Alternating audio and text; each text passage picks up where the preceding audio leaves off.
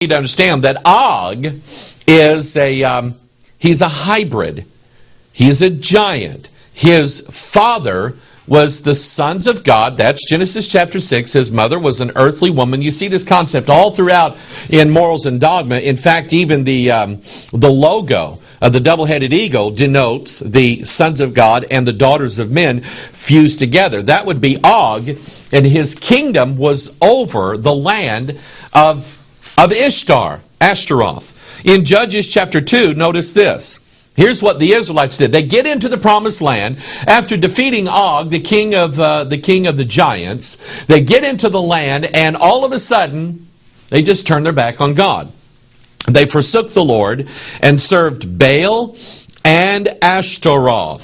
And the anger of the Lord was hot against Israel, and he delivered them into the hands of spoilers that spoiled them, and he sold them into the hands of their enemies round about, so that they could not longer stand before their enemies. And so as soon as these people got into the land of promise, and God was really going to bless them, they turned their back on God, went after Baal, which is like the sun god, and they went after Ashtaroth. They went serving this god and this goddess together. It's sort of like Osiris and Isis together. And those two come together, and of course they make Horus and so on. He's the hybrid.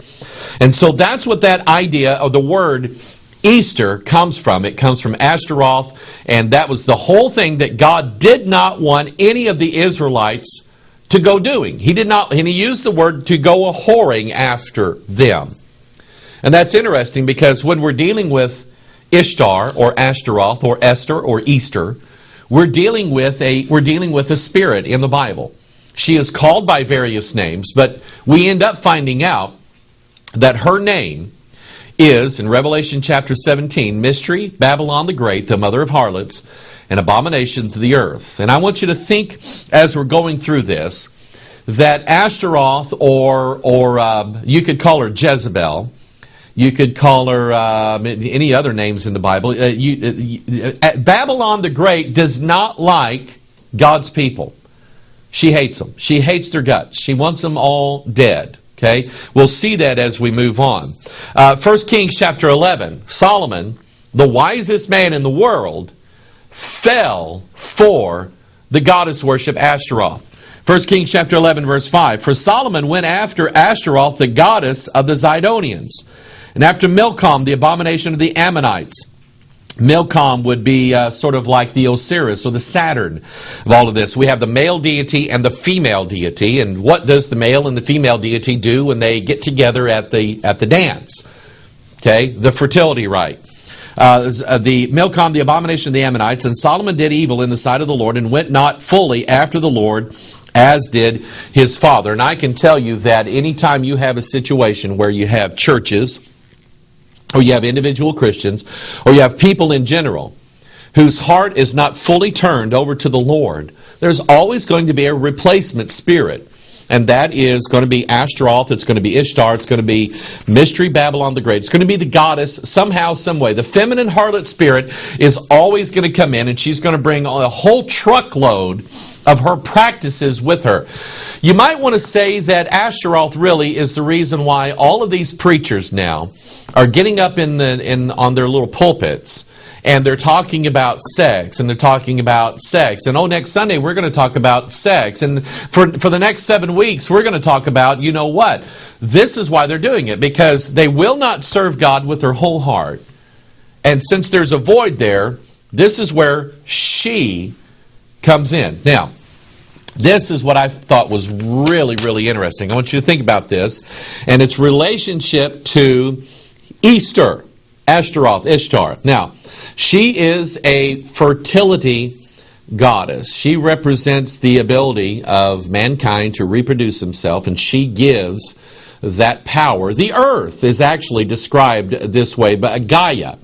Gaia and Mother Earth, there's that word there, mother, is worshipped because of her ability to produce fruit or to reproduce. Now, this is what was interesting, is that there is a medical term that we use all the time. Well, I don't use it all the time, but women, when they go see their doctor, they use this all the time. A medical term, it actually is it's a hormone in women that actually causes fertility. It's called estrogen. And yes, it was named after Easter, Ishtar, Ashtaroth, Isis, and estrogen all have the same function. You see, estrogen has to do with, and I can't believe that I'm talking about this. I mean, if you knew, I'm just like the most shy. I don't talk about this stuff, but just follow with me here for a minute, because I think it helps us understand some things in the Bible, understand what's going on. You see, estrogen, named after Easter, has everything to do with this, okay? Ovulation. The ovule, which is the egg. Okay? Now, all of us grown-ups know, and I'm going to use non-offensive, non-crude language. All of us grown-ups know that women, and this is actually in the law, so I can say certain things like this. Women have they have a cycle, just like the earth has a cycle. We have summer, fall, winter, and spring, and the whole year goes in cycles. And there is a time when the earth is fruitful. Okay, there's a time when the earth can produce. There's a time, especially in the northern hemisphere, when the earth doesn't produce, okay, and it's a cycle. We talked about that in the video we did called The Cycles of Christian Growth. Even us Christians, we grow, but we do so in cycles. There's a time when we feel like God is really doing great things in our life, and there's a time when we're just like, oh man, I don't feel like I'm very, very, very saved at all. And everybody goes through those cycles. If you'd like a copy of that video, call us. We'll send it to you. It helped me a lot understand that not every day am I supposed to have revival. It just doesn't happen that way. And so God designs cycles, and everything that's in the universe goes in a cycle fashion. And so the woman and her ability to produce a child goes in that same cycle. It happens about every 28 days, and estrogen has everything to do with maintaining that cycle. Now, just again, you probably have seen this graphic, but just the idea that there for a while, the woman is fertile, long about day 14 of that cycle. I mean, her body is ready to reproduce. Then after, if that doesn't happen, then that kind of, it wanes away, it diminishes away, and then it goes around to the opposite end of that cycle, and the body has to cleanse itself during that time, and it uses blood. Okay, and I think that God actually designed it that way to show us that the woman, and think of the symbolism of the woman in the Bible. The woman in the Bible is a picture of the church. Okay, and I want you to understand this, that Christ intends to show that the church is cleansed by blood. I don't care what you think of what I'm talking about right now. I'm telling you that this is a beautiful picture of God's design, all right? And so anyway, but during that time, the body is cleansing itself, and it's using blood to do that. And at that time, the woman is not fertile. She's not ready to bear any fruit, okay? Now, I said all that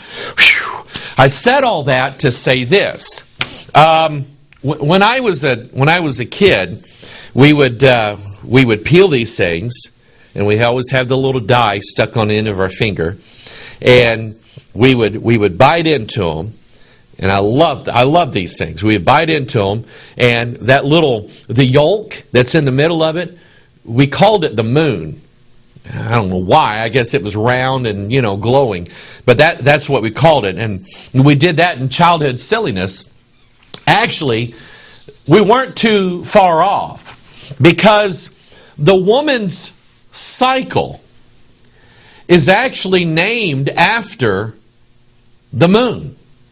Because the moon, the lunar cycle, matches almost day for day the woman's cycle.